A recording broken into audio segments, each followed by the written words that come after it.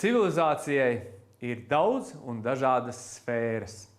Dažas no tām ļoti harmoniskas, citas galīgi ausī netīkamas. Un šī vakara stāsts ir par to, kā uzņēmumam, kurš nešķiet videi draudzīgs, ir iespēja kļūt zaļākam un arī videi draudzīgākam. Aiga Skrīvere dodas uz Ventspili.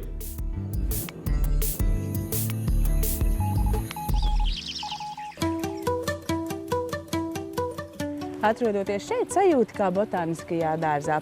Bet spriežot pēc mana apģērba, jūs noteikti noprotat. Mēs atrodamies pie paaugstinātas bīstamības objekta – Ventspils naftas terminālis, kurš ir viens no zaļākajiem termināļiem visā pasaulē. Atrodoties Ventspils naftas terminālī, gluži kā skaisti iekoptā parkā. Tauriņi un kamenis lido uz ziediem, ābeli tūliņ dos savu ražu un strūkla kā ūdens čalo. Viens no vidēji šķietami netik draudzīgajiem uzņēmumiem cenšas kļūt ar katru dienu draudzīgāks. 2013. gadā Ventspils naftas termināls ilgtspējas indeksā iekļuva sudraba kategorijā, augstāko vērtējumu saņemot tieši par atbildīgu pieeju vides jautājumiem. Šodien, ievērojot, protams, visus drošības noteikumus, aplūkosim teritoriju, kurā tiek taupīti visa veida resursi. Ventspils naftas termināla platība ir ap 100 hektāriem, no kuriem puse ir apzaļumota, un vasaras laikā te strādā vairāk kā 30 cilvēki, lai uzturētu ziedus, zālienu un visu teritoriju kārtībā. Vasaras sezonā lielākie darbi ir zāles pļaušanas darbi. Pļaušanas laiks ir tad, kad tas ir sasniedzis atļauto garumu, un dažādās teritorijās tas ir dažāds. Bet mēs tam sekojam līdzi un cenšamies arī gan nopļaut zāli, gan krūmus, gan koku zarus, kas ir bīstami tehniskajiem aprīkojumiem.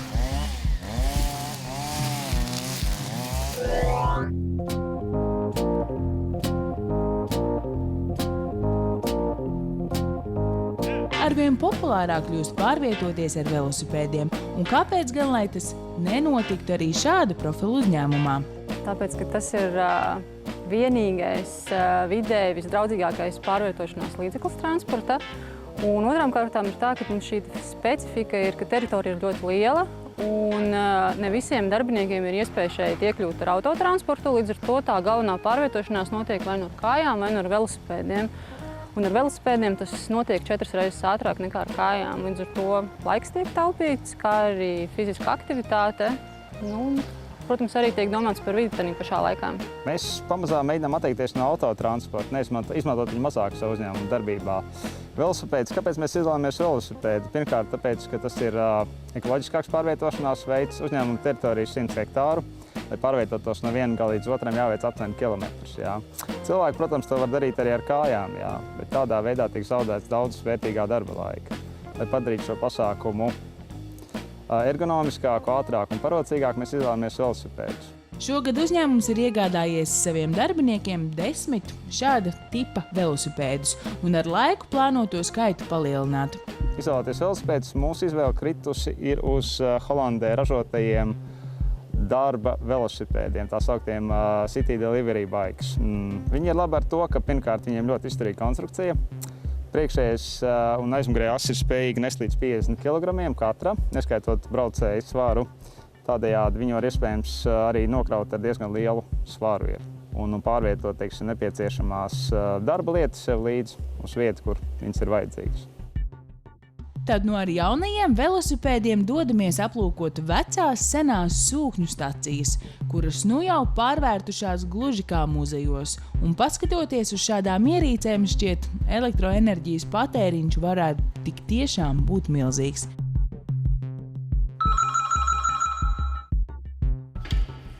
Halo! Paldies, viss strādā! Salīdzināšanai dodamies uz vienu no jaunajām stacijām, kuru devums salīdzinot vecajām elektrības ekonomijā ir visnotaļ iespaidīgs. Pašlaik mēs esam vienā no rekonstruētajām sūkņu stacijām. Mums šādas ir 3 pašlaik rekonstruētas, diezgan līdzīgi savā tehniskajā izpildījumā. Un jāsaka tā, ka ja kādreiz mums bija esošās sūkņu stacijas ar kopējo uzstādīto jaudu, ar salīdzināmām mēs runājam 20 600 kW, tad tagad visas 3 jaunās kopā ir tikai 4500 kW. Dramatisks kritiens no elektrojaudas viedokļa.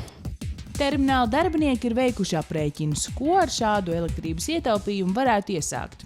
Jā, salīdzinājumā varētu teikt, ka iespējams, ka ar ietaupītās elektroenerģijas daudzumu mēs varētu pilnīgi mierīgi nobarot vienu Āfrikas ciematiņu, nodrošināt, ka tur spīd gaismiņa visu caur gadu.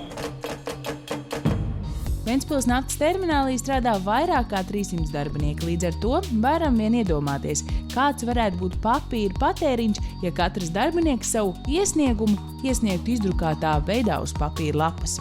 VNT savā darbībā izmanto diezgan daudz drukātos dokumentus. Un lai pamazām atteiktos, teiksim, no viņa lietošanas, mēs mēģinām šo visu pasākumu elektronizēt un pāriet uz elektronisku dokumentu vadības sistēmām. Mēs ļoti nopietni attiecamies pret drošību, un viens no drošības pasākumiem tā sauktās drošības novērošanas apgaitas. Agrāk viņas tika noformēti šādu veidu ziņojumu veidā.